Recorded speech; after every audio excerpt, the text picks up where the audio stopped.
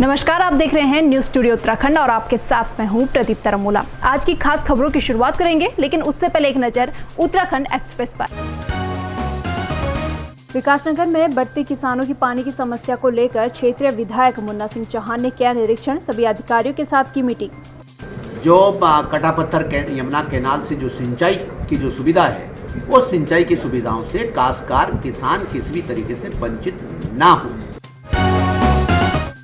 हरिद्वार के ज्वालापुर की रहने वाली भारतनाट्यम कलाकार फ्रीलांस फाइन आर्टिस्ट पायल अग्रवाल ने जीता खिताब। 2 बेटियों की मां पायल ने अपनी मेहनत के दम पर किया मुकाम हासिल। ये हमारा Miss and Mrs top of the world plus size pageant international from Riga Latvia Europe से था, जहां हमें इंडिया को रिप्रेजेंट करना था। प्राचीन शिव मंदिर पांटा रोड हरबटपुर में आयोजित किया जीर्णोद्धार एवं मूर्ति प्राण प्रतिष्ठा कार्यक्रम। आचार्य जिनेंद्र शर्मा ने मंत्रोच्चारण के साथ मूर्तियों को अनवास कराया।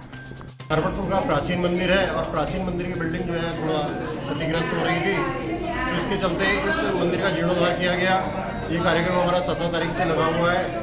और अब बात करते हैं खास खबरों की। श्री हेमकुंड साहिब के कपाट 22 मई को खुल रहे हैं। आज ऋषिकेश स्थित गुरुद्वारा से हेमकुंड साहिब के लिए संगतों को रवाना किया गया। गुरुद्वारा परिसर ऋषिकेश में यात्रियों के रजिस्ट्रेशन शुरू हो गए हैं। इस अवसर पर राज्यपाल लेफ्टिनेंट जनरल गुरमीत सिंह और मुख्यमंत्री पुष्कर सिंह धामी ऋषिकेश पहुंचे। उन्होंने गुरुद्वारा में मत्था टेका और गुरुवाणी पाठ में शामिल हुए। लक्ष्मण झूला रोड पर स्थित हेमकुंड साहिब गुरुद्वारा मैनेजमेंट ट्रस्ट ने अतिथियों का स्वागत किया। वहीं कैबिनेट मंत्री प्रेमचंद अग्रवाल, ऋषिकेश मेयर अनीता ममगई भी गुरुवाणी पाठ में शामिल हुए और गुरुद्वारा ऋषिकेश में मत्था टेका। इस अवसर पर बड़ी संख्या में सिख संगत जत्थे मौजूद रहे। और अब खबर पौड़ी से है, जहां पर एक सैनिक देश की रक्षा के लिए बॉर्डर पर है, लेकिन उसकी जमीन पर अवैध कब्जा करने से खनन माफिया बाज नहीं आ रहे। पौड़ी जिले में एक सैनिक और उसके परिवार ने खननकर्ताओं पर उनकी जमीन को हड़पने का आरोप लगाया है। दरअसल स्वीत गांव निवासी व भारतीय सेना में सैनिक के तौर पर अपनी सेवा दे रहे सैनिक अमित रावत का आरोप है कि उसकी पैतृक जमीन पर भूमाफियों ने कब्जा जमा लिया है। ये नौबत तब आई है जब अमित के पिता के 3 बड़े भाइयों ने पैतृक जमीन सौदा बिना जमीन बंटवारे के ही खननकर्ताओं से कर डाला, जिसके अमित के परिवार को काफी देर बाद भनक लगी। वहीं अमित ने खननकर्ताओं पर आरोप लगाया है कि पैतृक जमीन को छुड़वाने के लिए जब अमित के परिवार ने आवाज उठाई तो उसकी मां का हाथ भी खननकर्ताओं ने तोड़ डाला, जिसकी शिकायत भी पुलिस से की गई, लेकिन कोई कार्रवाई अब तक नहीं हो पाई है। तो मेरे घर वालों पे उल्टी धाराएं लगा जाती है। प्लस जो भूमाफिया है अजय जुगरान, अर्जुन कंडारी का है, अखिलेश यादव का ड्राइवर है, और अपना कैलाश सोनियाल जिनका रेनबो स्कूल है, ये क्या कर रहे हैं, हमारी पैतृक जमीन को खुर्द बुर्द कर रहे हैं, JCB चलाकर। कभी प्लस इन्होंने क्या कर रखा है, हमारे गांव के जो गदेरे हैं, नाले खाले हैं, उसका जो उनको क्या बंद किया जा रहा है।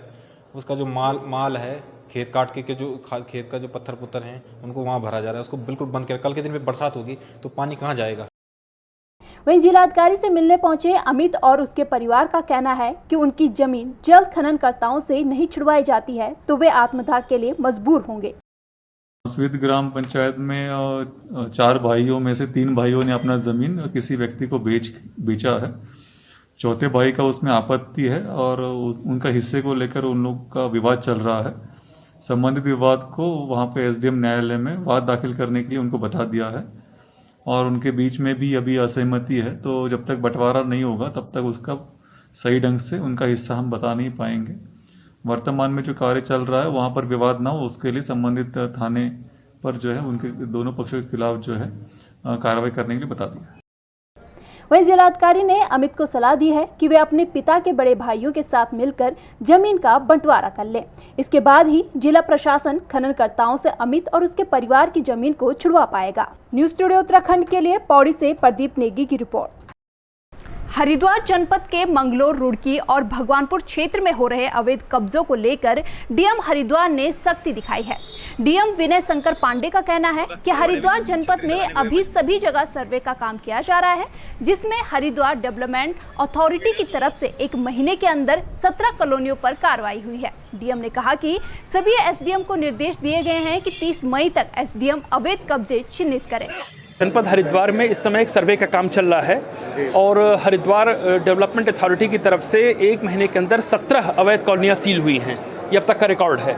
सरकारी सिस्टम को सुधारने के लिए सीएम को खुद मैदान में उतरना पड़ रहा है, लेकिन कुछ सरकारी दामाद इससे भी सबक नहीं ले रहे हैं। कुछ सरकारी नौकरों की आदत इतनी खराब हो चुकी है कि वह चाहकर भी सिस्टम में सेट नहीं बैठ पाते, जिसका खामियाजा आम जनता को भुगतना पड़ता है। कुछ ऐसा ही नजारा रुड़की खाद्य पूर्ति कार्यालय में दिखाई पड़ता है।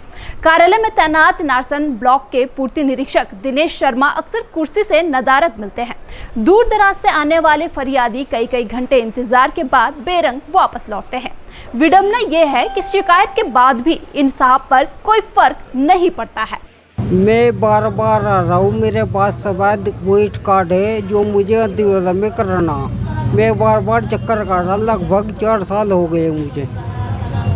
जो उसके बीच में तो अधिकारी बदल भी चुके हैं, लेकिन मेरा काम अभी तक नहीं हुआ। हल्द्वानी तराई पूर्वी गोला रेंज की वन विभाग की टीम ने ऐसा काम कर दिखाया है जो वाकई में काबिले तारीफ है। हल्द्वानी तराई पूर्वी गोला रेंज की वन विभाग की टीम ने ऐसा काम कर दिखाया है जो वाकई में काबिले तारीफ है। दरअसल पिछले 5 महीनों में अवैध खनन एवं लकड़ी तस्करों के खिलाफ बड़ी कार्रवाई करते हुए वन विभाग की टीम ने 78 मामले दर्ज कर उनसे 23 लाख से अधिक जुर्माना वसूला है। वहीं वन विभाग की इस कार्रवाई से उक्त तस्करों में हड़कंप मचा हुआ है। गोला रेंज के वन क्षेत्राधिकारी आरपी जोशी ने बताया कि देखिए, गोला रेंज में जो हमारा खनन होता है, वन विभाग जो खनन करता है उसमें हमारा खनन पर नियंत्रण रखता है। वो एकदम सिस्टमेटिक ढंग से खनन है, जिसकी प्रशंसा पूरे उत्तराखंड में की जाती है। बड़ा सिस्टमेटिक ढंग से नियंत्रण से खनन चुरान होता है। लेकिन आसपास के क्षेत्रों से जो खनन अवैध खनन कार्य होता है उसको हमने पकड़ा है। लगभग 78 केस मैंने इस साल पकड़े हैं, जिसमें से 12 गाड़ियाँ राजसात हो चुकी हैं और शेष में जुर्माना जमा किया है। करीब 23 लाख रुपए गाड़ियों से मात्र प्रति कर लिया गया है। कार्रवाई आगे भी लगातार इसी तरह जारी रहेगी। उन्होंने कहा कि क्षेत्र में किसी भी प्रकार का अवैध खनन या अवैध लकड़ी तस्करी को बर्दाश्त नहीं किया जाएगा। न्यूज़ स्टूडियो उत्तराखंड के लिए लाल कुआं से जफर अंसारी की रिपोर्ट। इन दिनों उत्तराखंड में 4 धाम यात्रा चल रही है। इस दौरान धर्मनगरी हरिद्वार में भी बड़ी संख्या में श्रद्धालु गंगा स्नान करने के लिए पहुंच रहे हैं। इन दिनों उत्तराखंड में 4 धाम यात्रा चल रही है। इस दौरान धर्मनगरी हरिद्वार में भी बड़ी संख्या में श्रद्धालु गंगा स्नान करने के लिए पहुंच रहे हैं। लेकिन हरिद्वार की शान हर की पौड़ी पर सड़क पर मल और शिविर बह रहा है। एक और गंदगी और दूसरी ओर बदबू से यात्रियों की यात्रा दुभर हो रही है। ज्वालापुर विधायक रवि बहादुर का कहना है कि हर की पौड़ी पर इस तरह की गंदगी होना बहुत ही दुर्भाग्यपूर्ण है। ये बहुत ही दुर्भाग्यपूर्ण है और हमारे लिए भी, आपके लिए भी, और जो हरिद्वार के जिम्मेदार अधिकारी हैं, जो यहाँ पे स्वीपर जो झाड़ू मार रहा है, जो अपना गंगा प्रदूषण वाले हो गए और जो यहाँ पे सफाई का ठेका ले रहे हैं। आप खाली शिविर ना देखिए, उधर भी देखिए, उधर भी कूड़े का ढेर लगा हुआ है। तो चाहे फिर वो नमामि गंगे हो, चाहे नगर निगम का अधिकारी हो, चाहे वहाँ का कर्मचारी हो, इसके लिए सब जिम्मेदार है और साथ में हम भी जिम्मेदार हैं। वहीं पार्षद प्रतिनिधि अमन गर्ग का कहना है कि गंगा प्रदूषण वालों को उन्होंने कई बार समस्या से अवगत कराया है, लेकिन कोई भी इस ओर ध्यान देने को तैयार नहीं है। गंगा प्रदूषण वालों को निरंतर मेरे वार्ड में भी कई ऐसी समस्याएं हैं, निरंतर मैं अवगत करवा रहा हूं, लेकिन उनके कान पे जू रेंगने का काम नहीं हो रहा अधिकारियों को। और दूसरा, जो यहाँ पे सफाई व्यवस्था की बात है घाटों की, नमामि गंगे के पास इसका ठेका है, 3 साल का ठेका था। अब आप देख सकते हैं कि क्या स्थिति है नमामि गंगे पर। 4 धाम यात्रा के दौरान इस तरह की तस्वीर सिर्फ हरिद्वार ही नहीं बल्कि ऋषिकेश से भी सामने आ रही है।